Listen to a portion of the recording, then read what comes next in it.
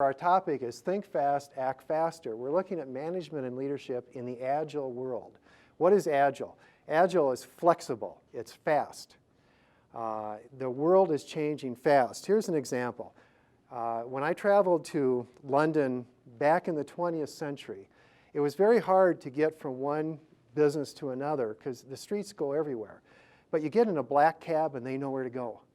And I asked the driver, how do you know? How do you find these buildings? And he said it takes years to learn, and you have to pass a test. And last year in November, this article came out that the school that teaches black cab closed its doors in November last year, and they blamed Uber. You see, who wants to study for 3 years to be a cab driver, maybe take the test 12 times to pass, when you can just buy a cell phone with a GPS and have the Uber technology? It changed everything. And it happened so fast that it caught so many people off guard.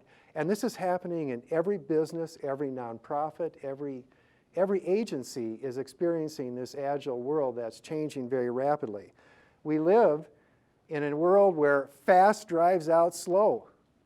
You can't be slow anymore. And in a world where low cost drives out high cost. I find it funny to be at Frontier. You get it.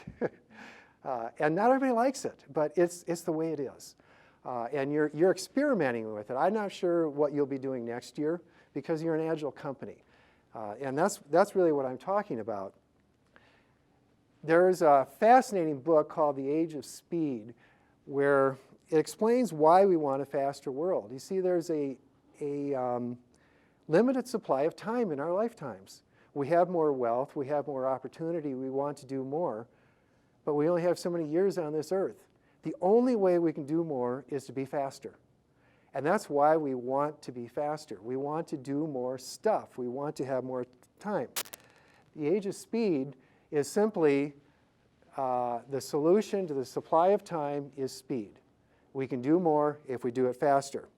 Another thing is you look at the military. I'm not just talking about software development, which most of you are in this one shape or another. I'm talking about the world, even the military, which is hierarchical, process-oriented, rigid in many ways, has learned they had to become more agile. You take Iraq in 2004, General McChrystal wrote this book after he retired. The bad guys were eating the lunch of the American soldiers, the best trained, the best equipped army that had ever existed in the history of the world. And the bad guys were operating in the spaces between the processes. He said if it takes 10 minutes for the general to approve something, we just lost 10 minutes to the bad guys.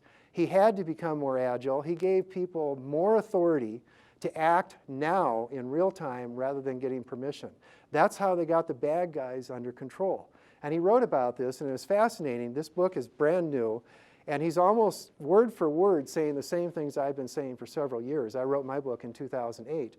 But he has found the very same thing even in the military, that you have to become more agile. You look at organizations in the 20th century, how long do you suppose an organization was on the S&P 500, on average? How long did an organization last in the 20th century? Big, solid organizations, the top 500. Take a guess. Anybody? 20 years? Yeah. Another one? No, you're way off. 68 years. Average in the mid-20th century. Now, what do you suppose it is today, the average time a company, the top 500 companies are on the top 500 list? 10 years. 10? It's 18, and it's dropping fast.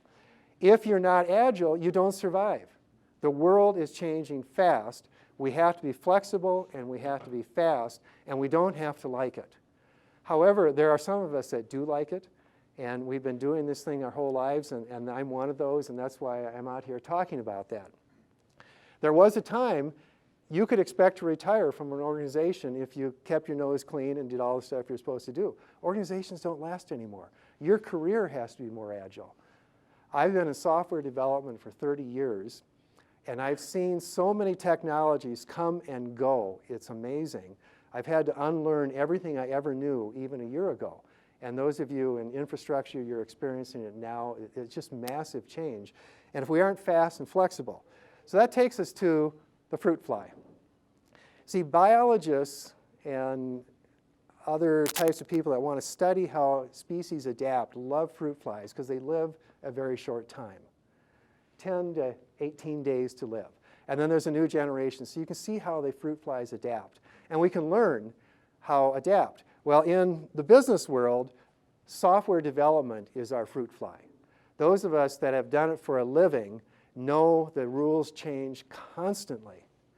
And what we learned in software development, we can apply to any organization.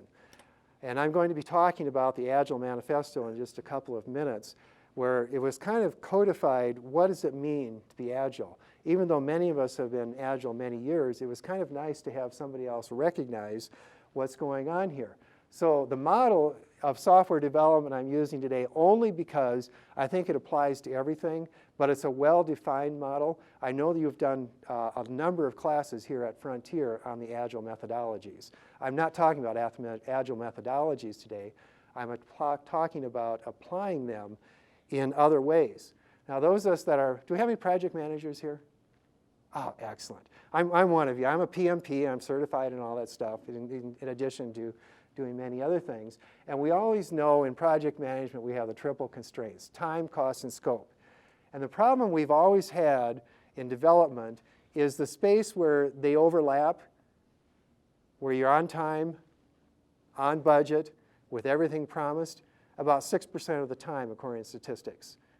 And it's because you can't do it, because the area of opportunity is so small. So what have we done about that in software development? What we normally see is we cut scope mid-project, we raise cost, and we take longer. That's normal, right? And that's the way life is. We've learned to live with that. But what do we do about it? Well, the traditional solution that was really well developed in the 20th century is to focus more on scope. And we did what was called waterfall development. Let's get all the requirements done at the top in this nice calm lake, and then the water goes down to the next thing. Okay, let's get the design complete.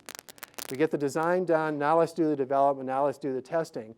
And we never want to go back up the waterfall because it's way too expensive.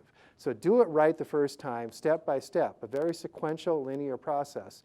And its outcome is you always get the full scope. Now, if you're doing a military project, building an airplane, you need full scope. If you're doing a website, do you really need full scope? Or do you just need it now? So what has happened is even PMI has realized Agile exists, and maybe less emphasis on scope, and maybe a little more emphasis on cost. And we'll talk about time in a moment. But the solution to cost has been to globalize, to outsource. Third-party software. Don't do anything yourselves that somebody else is already doing, and probably more efficiently, and that drives down cost. And of course, if time is the driver, you're going to have to expect to spend more money and maybe reduce scope to get it on time. An example is how the web works. If your competitors have a new product and your management wants to compete tomorrow morning, you better be able to do it tomorrow morning, not next week, not next month, not next year. That's the way we run web businesses. I heard a credible speaker from a research institute say at Amazon, they do a release every 17 seconds. I don't know if that's true, but I tend to believe it. Google never has a finished product. Everything's in beta at Google. They try it, they put it in, it's fully tested. And we'll talk about the Agile processes. They're fully tested, but there's releases rapidly because it's full scope. Now, I don't like the waterfall analogy. You're in a raft. We're going down the Arkansas River in Colorado in the springtime when the river's running, and people die every year doing rafting. We know that. That's inherent risk. Agile is not easy. It's dangerous. But what you see in this raft is a team. It's an embedded team. And everybody better be together or else you all die together. And that's what an Agile team is about. We tend to embed QA, we embed the product owners in one team and say, go do it. We're going down the river. Forget the waterfall. We're going down rapids. And it's hard work. But it has a payback because we're moving fast and we're meeting the business needs. So the first point I want to make is Agile isn't for every project. Agile isn't for every process. If scope is important, you better do waterfall. If you're building a data center and it has to be hardened, you better plan it. You can't just say, well, let's just wing it. It doesn't work that way. And many projects, you're building an airplane. You don't do Agile to build an airplane. You do full scope. But you shouldn't apply the waterfall processes to something that is Agile. If time is driven, let's get in this raft as a team, and let's go down the river together and live together or die together. Because we're going to die anyway if we don't get this stuff done. And if cost is driven, let's go global. Let's go third party. So that's the first decision point every process and project has to take. What is the triple constraint driver? And let's use the right process instead of the wrong process for that. Which then takes me back to the Uber cab. Remember, fast drives out slow. Low cost drives out high cost. So you better reserve the waterfall for when you need it, and only when you need it, because the other people will eat your lunch while you're still getting work done over there. Now I want to talk about time. There are two distinctly different views of time. One is that we have a clock, and it's sequential. It moves clockwise. Time moves forward. We all get 24 hours a day, 7 days a week, 365 or 6 days per year. And we have a plan. We lay it out in a sequential, linear way. That's how we think. And there's other people who kind of think randomly. They have a stopwatch in their hand. Well, let's restart. I know when my son was a little guy and he's first learning video games, the first thing he learned was the reset button. Oh, I got killed, hit reset. Those of us that are more sequential don't do reset because we want to go all the way. So it's a different way of thinking. I don't know, I see a couple pens here. I want to do a little demonstration on thinking styles. If you have a pen, take it out. There's cards and there's paper if you want to write on that. Just on the back side of this card, we've got one right here that it's not glossy. Just sign your name on there. Sign your name. I want to do a little demonstration, if you have a pen. If you don't have a pen, do an imaginary pen with your, and write your name, because it's part of the demo. Okay, that was pretty easy, wasn't it? Anybody have trouble signing their name? No. Now, take your other hand and sign your name the exact same way.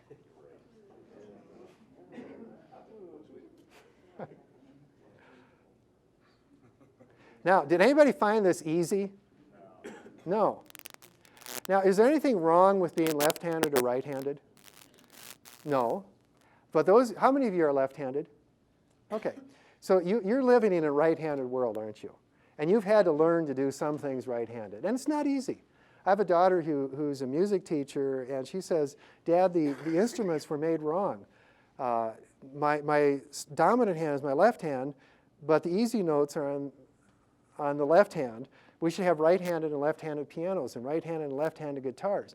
Those of you that are left-handed are living in a right-handed world, and you've had to learn to exist. But it's not efficient to work with your non-dominant hand. Well, that comes the same thing, that the sequential and random is kind of like left and right, but it's not left brain, it's not right brain. We don't know why. But a gentleman named Gregor published this in the 1980s, An Adult's Guide to Style, where he talked about random and sequential. He had other variables too, but I'm focusing on these two. And he can't explain why, but he discovered a lot of people think in a time-driven, random way, and a lot of people don't. It's like left hand, right hand. One's not right, one's not wrong, but it's interesting the different results.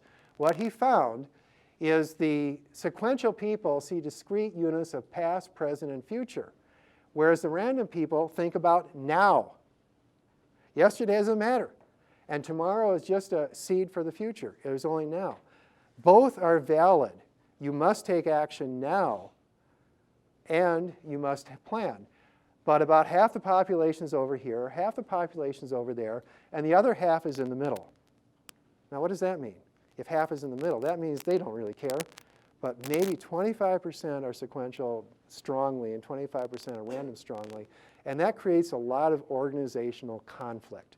I've interviewed a number of people that have gone from Agile to sequential. I mean from waterfall to Agile, which is really going from sequential to random. And they found about half the team couldn't cope with it. They really needed the plan.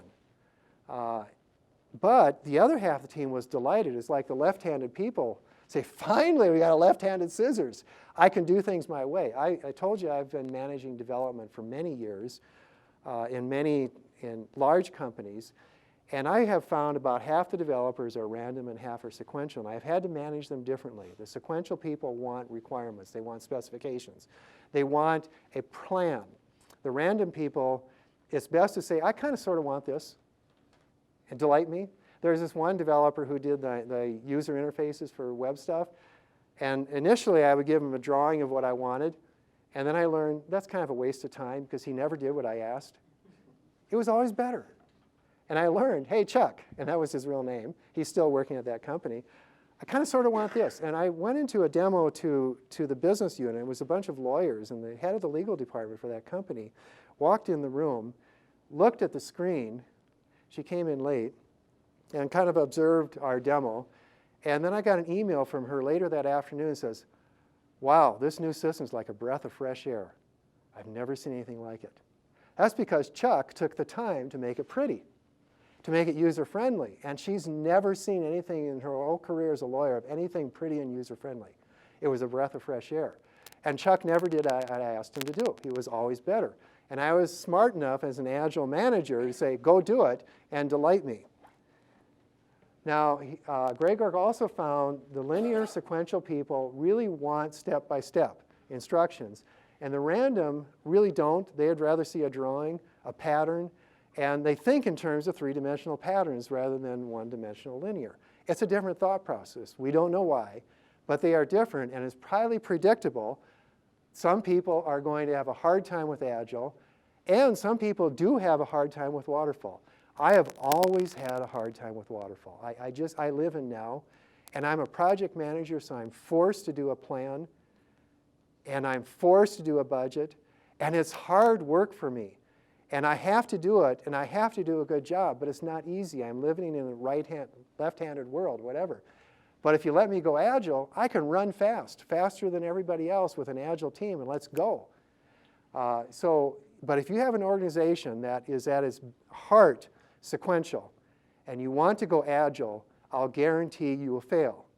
You don't put sequential processes on an Agile project, just like you don't let people go Agile in a sequential project. So that decision you make is not only what you want to do, but what can you do. And it might mean you need to be more flexible. Just like me being a PMP, having to do a project plan, I don't like it. I don't like doing Gantt charts, but I have to. It's required. Well, if you're sequential, guess what? You get to be Agile. You get to be random. And you're not going to like it. But there's a lot that can be learned from it. I'll give you a real-life example here. How I do presentation. I've been doing presentations like this for 25 years on many topics. And I don't do things the right way. I don't pick a topic, do research, write notes, create an outline, enter the text in the slides, add graphics, and practice. That's not how I do presentations. I kind of pick a topic. I create a few slides. You notice I like pictures and graphics. And I see what the graphic talks to me. And then I do a few more. And then I show it to people. My son's a Scrum Master. He's my worst critic on this talk. And I show it to him and says, Dad, you got it all wrong. You got to do it again. And that's fine, because I'm a random guy. And let's just rearrange the slides, do it again. And an outline eventually emerges months later. And then I reorder it. And probably a minute before I do a presentation, I make some major changes again. Last night I was working on this. I didn't like that last time. I'll just flip a few slides around and maybe make it better, which is sort of the Agile way of doing things. Now, I have written some academic papers with a professor of management. He likes this way. I like that way. It creates conflict between us. He's learned to work with me and let me do my odd stuff. And he'll still do the research. He still wants you to prove it. It's just the order in which you're doing it. So that finally takes us to the Agile Manifesto, written back in 2000 by 2001, a small group of people in Salt Lake City. How many of you have seen the Agile Manifesto and read it before? Oh, excellent. Some of you have. Some of you haven't. When we think Agile, we tend to think Scrum. We tend to think Kanban. We tend to think 15-minute meetings. None of that's in the manifesto. What's in the manifesto is a strategy. Individuals and interactions over processes and tools, and other things over, I'll go into this more detail.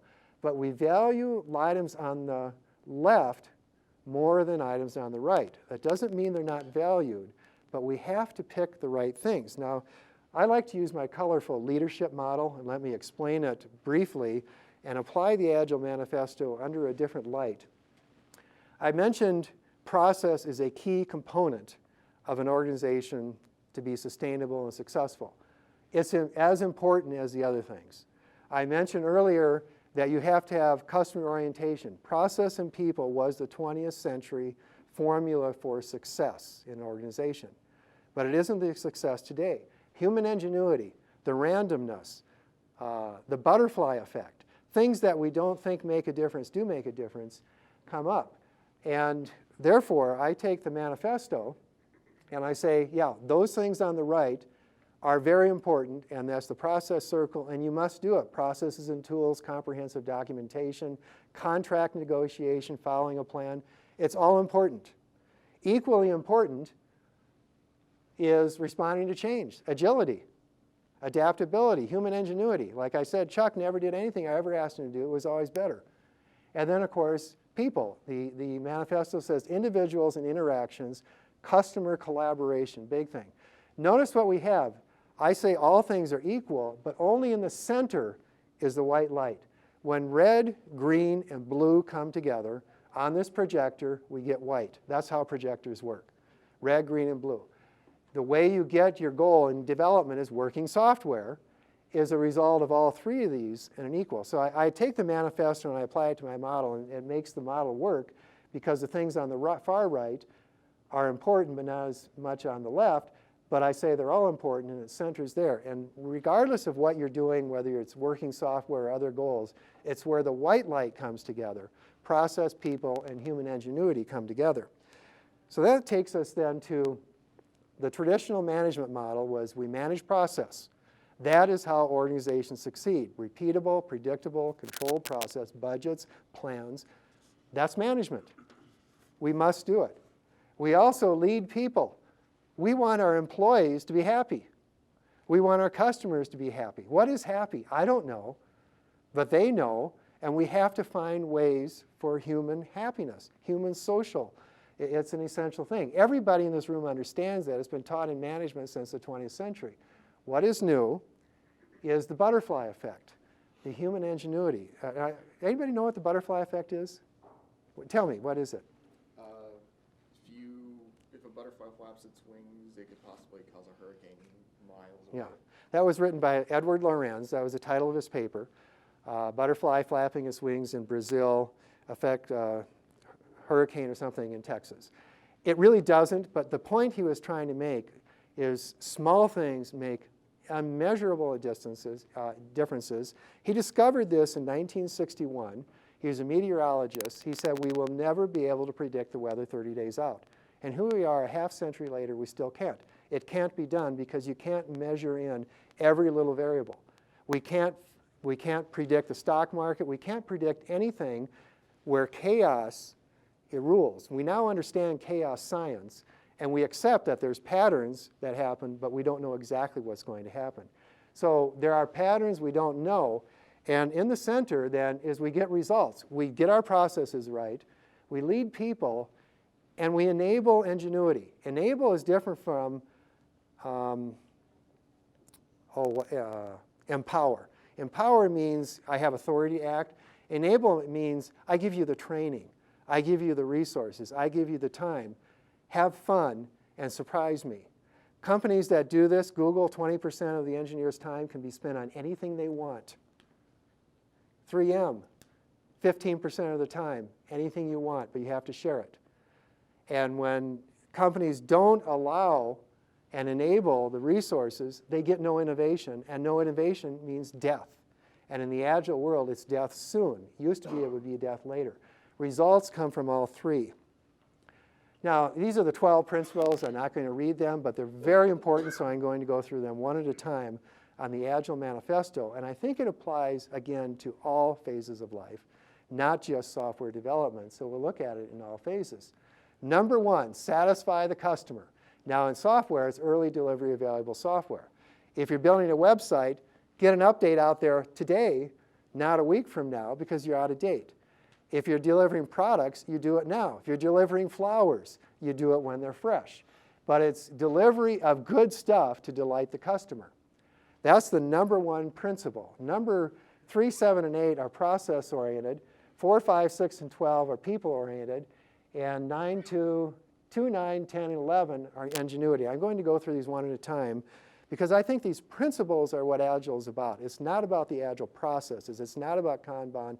It's not about Scrum. It's not about burn-down charts. It's about applying these principles. And so let's look at them. First one I want to look at is leadership, the people side. Discover magazine in 2014 had an interesting article. Bank of America has call centers. Some of the teams were more productive than other teams, and call centers know how to measure productivity. That's a core competency. But they couldn't find out why. Same training, same working environment, but 10 to 15% more productive than the other. And what they found is the groups that took their breaks together were more productive than the groups that didn't. Didn't know why, didn't know what they talked about, but there's this human interaction thing that drives productivity. Well, one of the principle number 4 is business people and developers must work together daily throughout the project. That's that 15 to 20% edge. We embed the product owner in an Agile project. We embed QA in the Agile project. We embed development. Do you have that type of team here, Kevin? Where is Kevin? Right here. There. We're getting closer. You're getting closer.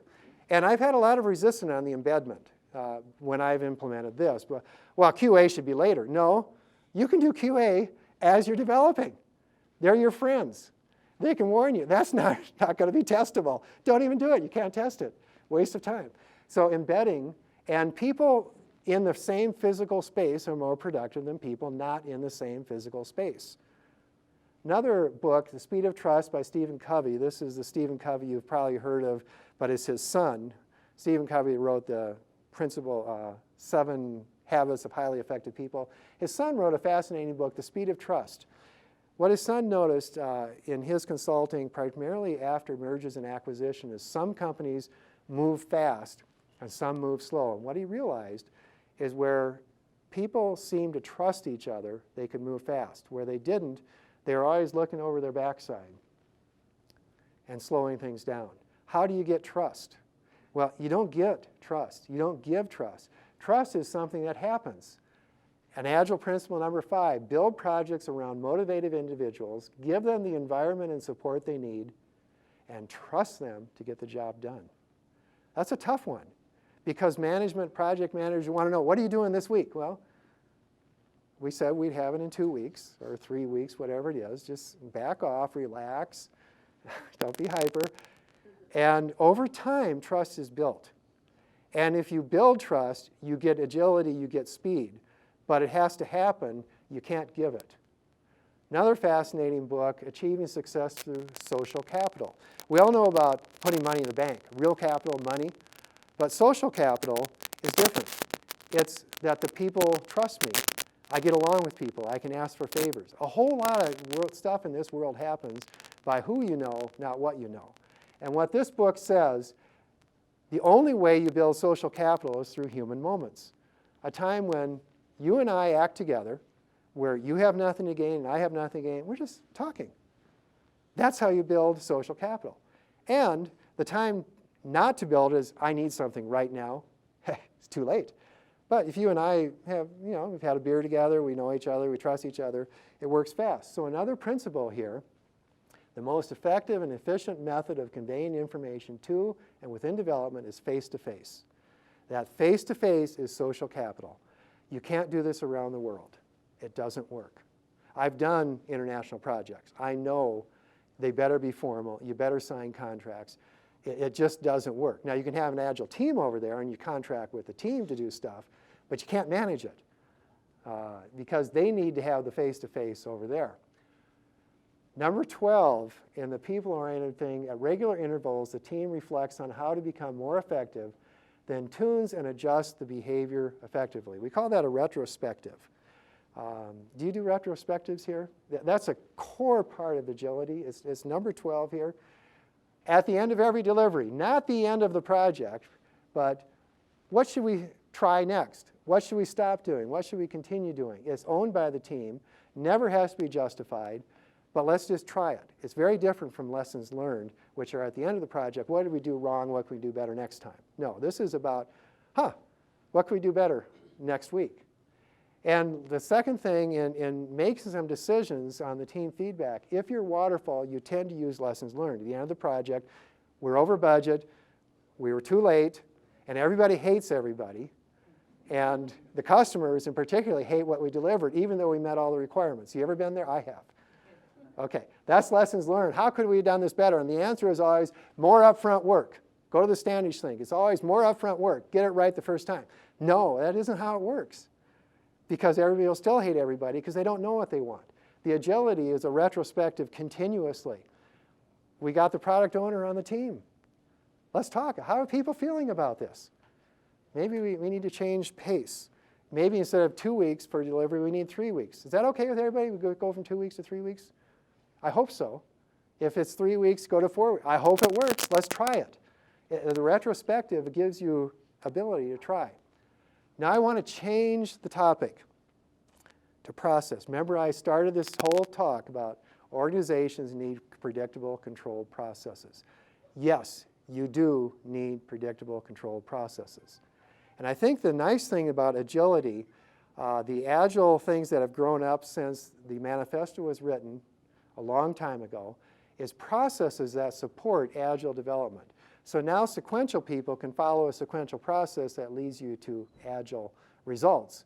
And it makes sense. But I want to look at some of these processes. At the core, number 3, deliver working software frequently from a couple of weeks to a couple of months with a preference towards a shorter time scale. If you are doing a quarterly release, you are not agile, by definition. If you're doing a release every 17 seconds, you are agile. I was with a company that was very old school, very large. The SAP team had continuous planning, just a database of requests, pages and pages. They met every Friday, said, what are we going to work on next? There was no annual plan. The other business group at the same company had an annual plan. Which group got more done faster? The people with continuous planning. What are we going to do next? So deliver working software with a preference to a shorter time scale. And to do that, one of the core things in Agile is a minimum viable product. What can we do and deliver now? How many of you ever played Monopoly? Most of you, okay. In Monopoly, you don't get to build a hotel just because you bought a property. You got to buy the properties. You build houses. You tear down the houses. You build hotels. But at any one time, you have rentable property. And the concept then is deliver early something, not complete, not a hotel yet, but at least a house and collect some rent. We apply that to this presentation. One of the things that we mentioned in full minimum viable product is this complete. It's a full slice. See, I've got cake, I got frosting. It's inefficient to build cake and frosting for a small piece, isn't it? So the waterfall people say, let's do all the cake, let's do all the frosting. But what we get to do with a full slice is we get to taste it. And we get to say, oh, I don't like that, or I do like it. So when I do a presentation, pick the topic and build the graphics, I see how they work. I test it on people. If it doesn't work, I get rid of it. So the minimum viable product is do the full slice along the way and eventually get to where you're going. So which decision? Agile, waterfall. If you need full scope requirements up front, you are waterfall. If you can phase in a series of minimum viable products, you can be agile. And is agile ever done by definition? Why not? It's a product that continues to go, so you continue to grow. That's Yeah. always improving. It's never done because there's always a backlog. And it's a different concept entirely. I'm going to come back to that in a few minutes. But you can see those are decision points. It's one or the other.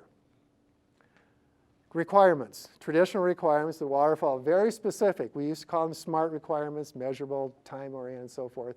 Very specific. In Agile, we tend to use user stories. They are very ambiguous. As a call center service representative, I need to quickly search for an existing customer so that I can avoid creating a duplicate customer. It doesn't say I enter the customer ID, the customer name, the shipping address. It just tells me the end result. That allows the Agile team to try many ways of doing it. maybe they can find a faster minimum viable product that's not related to these requirements. That would be acceptable. And then as the people learn, they can do more. So even how you write requirements and specifications is fundamentally different in the Agile world from the waterfall world. We can apply this in anything. I want to make beer. Okay, I'm a home brewer. I don't have to have a brewery yet. I just want to make beer. Oh, I need to age the beer. I need to store the beer. I don't need to worry about storing the beer until I've made the beer, do I? It's not relevant. Agile lets me deal with what I need now. Oh, now I want to serve the beer. I need a bartender. As a manager, I need the inventory. Well, I don't need any inventory management system until I have some beer made. So this applies really to everything that you do. Kind of intuitive. So traditional, I said, was SMART, specific, measurable, attainable, relevant, time-bound. The QA person can check them off, check them off, check them off. The project is done when the objectives are met. Agile is ambiguous. We're going down the river. Details will be worked out just in time. Fundamentally different thought process, different strategy. Same thing with the project, cost, schedule, resources. They're all mapped up front. Over here, we got a team. We've got a fixed budget, a fixed time. Let's see what we can get done that our customer will like. A different mentality again. Pick a deliverable, make it happen. If they do another one, make it happen. And then a lot of people think there's no planning in Agile, but there is. This big picture planning. This picture, it's a little hard to see, but that's Mount Evans. This street is a street in front of my house down in Centennial. I get up every morning, I see the mountain. If it snowed, I can see the snow. If it's sunny, I can see the sunshine. It's beautiful. Once in a while, I like to go up to Mount Evans, to the top. Do I need to know today how I'm going to go next time? No. I just need to know that at some point I'm going to go there. That's the Agile strategy. Your planning is about strategic planning, not detailed planning. But there's still planning. And I had one person say, well, in Agile, you don't follow good strategy. And I think, well, maybe you follow better because you do strategic planning instead of detailed planning. It's not one or the other. Either way you plan, but what are you planning? Which then takes me to the measurements. The process is how do you measure? Traditionally, we look at estimates. We compare actual. We're overestimate. We look at the baseline for the schedule. We look at actual. We're over budget for schedule. We look at compliance to the audit. That's traditional measurements. Those are good things, but they're not the only thing. We also need to measure the satisfaction survey on the people side, and we want to look at how many things have we fixed. Are we getting better? That's human ingenuity. That's just-in-time doing. The measurements, this is what we usually do, but none of them matter. The only thing that matters is working software, the white. These other things guide us. I was consulting with a large international company last summer, and they wanted to focus on measurements. And I said, I'd be glad to help out, but tell me what you want. And the person I was working with said, well, I want fully tested software ready to go in. I said, I can help you with that. That's an Agile concept. I got there, and I found out they were measuring everything but that. They were looking at estimates. They were doing burn-down charts. Now, burn-down charts are good, but they're only interesting. I want to know how many things have been delivered. How many user stories are in place? That's all I want to know. Well, we can't do that. OK, then you're not Agile. That's OK, but don't confuse yourself. You're going to use traditional measurements. The only thing that matters is what did you deliver. Forget the estimates. So that means you have to estimate differently. The Fibonacci scale, I'm sure you've all seen the shell where you start with 1, 1, 2, 2 plus 3 is 5, and 5 plus 3 is 8. It gets bigger and bigger. The larger the uncertainty, complexity, and doubt, the more wrong the estimate is. And in traditional management, we want a correct estimate. We want function points. We want interfaces. And we want an exact estimate. With Agile, we know there's complexity, uncertainty, and doubt. So we ascribe points. The points mean nothing. They aren't hours. They aren't dollars. They're just, this is a big, complex thing. It's an 8. OK, cool. This is easy. We can do it this afternoon. It's a 1. Cool. That's how you estimate an Agile. And sequential people have a hard time because you can't add all the points for the entire project and say it's going to be done on December 31st. That isn't how it works. we will have a lot of stuff delivered before December 31st, and I hope it's the right things. The other thing is sustainability. Number 8, agile processes promote sustainable development. The sponsors, developers, and users should be able to maintain a constant pace indefinitely. How in the heck do you do that? Well, if you're waterfall, you probably have a lot of calmness with a lot of waterfall activity where you're working 7-day weeks. And then you got a lot of calmness. I've been there many times. It's not sustainable. You burn people out. The idea of Agile is you prioritize. You don't burn people out. You know, we got 2 weeks, 3 weeks, 30 days, whatever you decide, what can you get done? We're not going to burn you out. You got a real life too. And we want you to be creative. So that means 20% of your time should be non-productive. Another 20% should be totally social, because that makes you more productive. And so the half the time that's left to do something, what are we going to do with it? And it allows you to be sustainable indefinitely instead of burning people out. It's a different strategy, a different thought process. And then there's the communications. Traditionally, because we're being measured against plan and we get beat up if we're not on plan, we tend to hide the truth. Well, we'll make up those days and we won't tell anybody. That's what we used to do. But you don't make up days, do you? If you're late, you're late. It never comes back. In Agile, we really stress transparency, openness. Tell the truth all the time. Don't hide a thing. That's how you build trust. Okay, we didn't make it. Okay, we're not going to pretend that we can. We're not going to work 24 hours a day unless we have to. We didn't make it. It's open. It's transparent. Put up a sign. We're out of beer. Sorry, we didn't plan. Too bad. That then takes me to the third color. Remember I did blue, red for process people? The ingenuity, the butterfly effect. This is the part you can't control. You can control the process. You can lead the people. You can do things. The only thing you can do with ingenuity is enable it. You can't make it happen.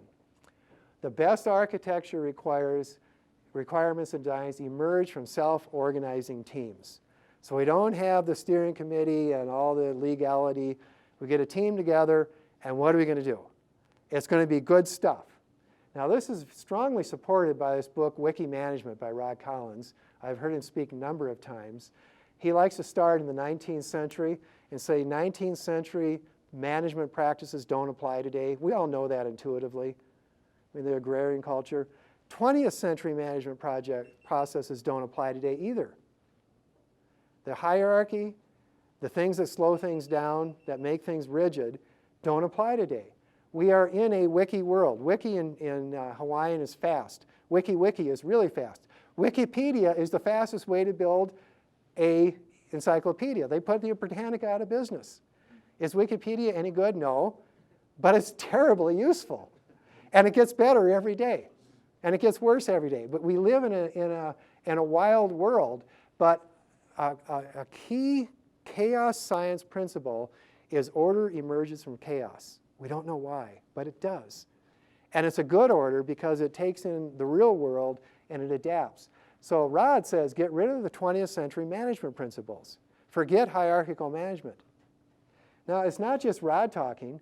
General McChrystal, general of the special forces in the Mideast from 2004 to 2008, says 2003, said collective intelligence of groups and communities has little to do with intelligence of individual members, much more to do with the connections between them. Get a self-organizing team, embed smart people, and leave them alone. It's wild. It's not the military principle, is it? Let them say what they want and do what they want. But there's still military discipline. There's still supplies. We still have processes. We still have people. But this new element is self-organizing. And that's how we got even with the terrorists. To be agile. We see something odd in the satellite, get somebody out there, this is odd. And they took a lot of them down just by seeing odd things and acting quickly. Another one, continuous attention to technical excellence and good design enhances agility. This is a tough one. What is good design? What is art? I don't know, but I know it when I see it. My guideline as a development manager is if I can understand it, it's a good design. If it looks really, really complicated, it's a bad design. And why is that? It's because the Agile requirement is that we be able to change it rapidly to meet meeting conditions. If you have too much complexity in your design, you can't change rapidly. If you have simplicity, and simplicity often comes from building modules that are standalone. This guy changes, nothing else changes. We need good design, but I can't tell you how to do it, but you need design teams that kind of think multidimensional and come up with a design with agility. Another principle, simplicity. The art of maximizing the amount of work not done is essential. In project management, we really emphasize what's out of scope, right? Those of you that are PMP, what's in scope, what's out of scope. With Agile, we're constantly trying to throw things out of scope. Is this essential now? If not, let's deal with it tomorrow. That lets us focus on simplicity. What are we doing now? What are the best websites? What is the single best, most used website in the entire world?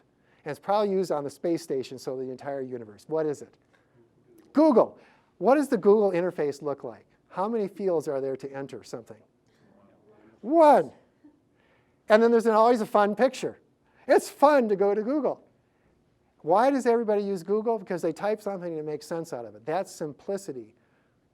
Anything more than that, they won't do. We'll put the smart people behind to try to make sense out of what you said. But the user interface simplicity drives it.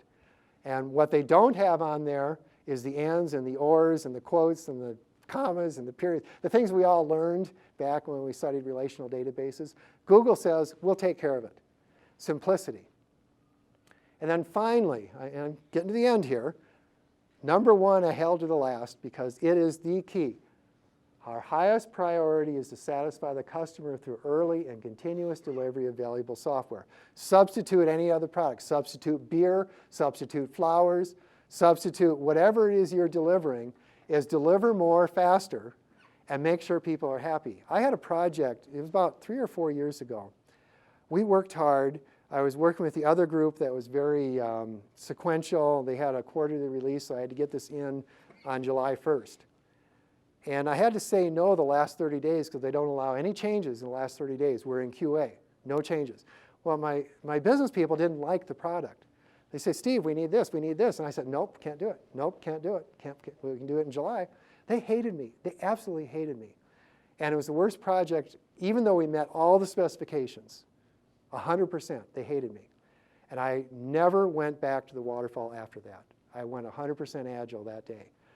We came July 1st, and I said to the business product owner, said, guess what? You get to tell me what we're going to work on in the next 30 days. I got a full budget for the next 6 months, and I don't care what we do. Here's the team. They're listening. Tell us what you want. All of a sudden, his 50 complaints turned into 3. Well, get these 3 done this month, and I'll be happy. OK, we'll do that. We got them done. So now what do you want? Well, get these 3 things done. Oh, we can do that. We did that 6 times, and we had a perfect system. If we had spent 6 months writing requirements, we would still have an imperfect system because the end users don't know what they want until they use it, and then they know what they don't want. It's what you delivered, right? You've been there? I've been there. Well, that's not what I wanted. Well, that's what you told me you wanted. But if you're Agile, you can modify in the go. And actually, I've been doing this for 30 years. It just popped in my mind. I was showing a prototype to a team long, long time ago, and somebody had a cool idea, and I said, that's really a cool idea. That can make this whole system better. And that idea became the core of that system, simply because I showed it to her. It says, yeah, we can do that. It wasn't in the requirements, but it's a great idea. How many good ideas do we throw away because they're not in the requirements? Grab the good ideas, reprioritize, get rid of the bad ideas. We want customers satisfied. You know, I watch Frontier. You're kind of a weird group. You're an odd airline. You got animals on your tail.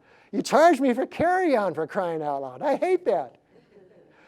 But Kevin was explaining to me, well, if you don't carry anything on, you just saved a lot of money. Oh, we're the low-cost airline. We're not for everybody. But we're keeping costs down. You only pay for carry-on if you do carry. I don't know if it's a good idea. You don't know if it's a good idea. Try it in the market. See if it works. If it doesn't work, I'm sure you'll change it. That's agility. You're kind of an agile airline, and it's kind of fun to watch. I'm sure you make a lot of mistakes, and I'm sure you correct a lot of mistakes, and it's kind of fun. But you really want your customers happy at the end, and if you make them mad, that's a long-term killer. You want to try ideas, make people happy. So this takes me to the end. I was giving this talk, it's actually 25 years ago. Very similar talk. Agile didn't exist, but my odd ways of doing things did exist. And one of my developers, I was explaining things in a meeting, and he says, Steve, how do we know when we're done? We don't have requirements. I said, yeah, I know, that's a problem. And Larry was the guy. He was kind of an average to below average developer. And sometimes you can learn really wise things from people who are average to below average, because he kept talking. He said, well, I guess if management likes what we're doing, they can put it in production. And if they don't like it, they don't. And I said, Larry, you got it. We're going to do some stuff, and it might work. And that is actually the core of when you know you're done. With waterfall, you're done when the requirements are met, period. With outsource, you're done when the contract is met and it's paid, period. Is there anything in here about happiness? With Agile, you're done when management ends it. There's always a backlog. We call that backlog grooming. They want all these things, but we only prioritize the current things. When I did that SAP stuff years ago, we had a release every week. We didn't have an annual plan. We asked our business-based people every Friday, what's next in order? That's what we'll do. We weren't Agile. This kind of predates Agile. But yet it works, because you're done when people say they're done. And you close the project when you've gotten enough value out of it and start another project. Kind of an odd way to look at it, but here's how it is. We started out, which route are we going? That's an important question. Fundamental question, what route are we going?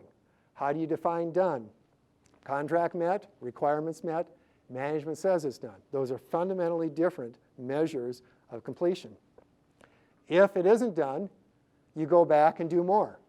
In Agile, you go back and do more. All of them, you go back and do more.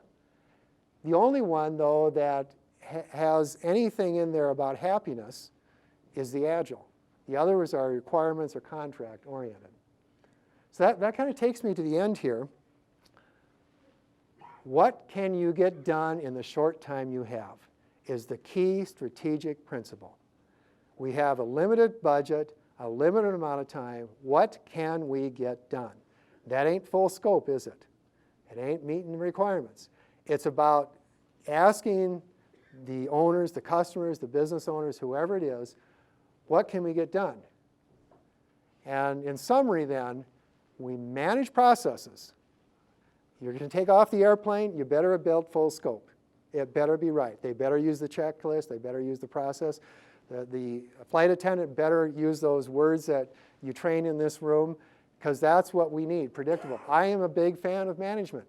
I'm a big fan of leadership. It's about people, people happiness, people social beings. And I'm a big fan of the butterfly effect. Enable ingenuity. Give people the budget, the time, the training. And I think one of the things that's gone bad in corporations today, as I observe, is how little time we spend on training anymore. We expect people to do it on their own time with an online course. That isn't training. That's learning stuff. Training in a room like this where we interact, that's it. I'm told that your flight attendants, is it a 3-week school they're in? 4-week school, and they're here the whole time. That's training. It's enablement. They have to learn this stuff. It isn't facts. It's learning. And enabling ingenuity is letting people be people, let them have ideas, subject to the processes and being nice. That takes me really to the end. And what I want to know is, what do you think?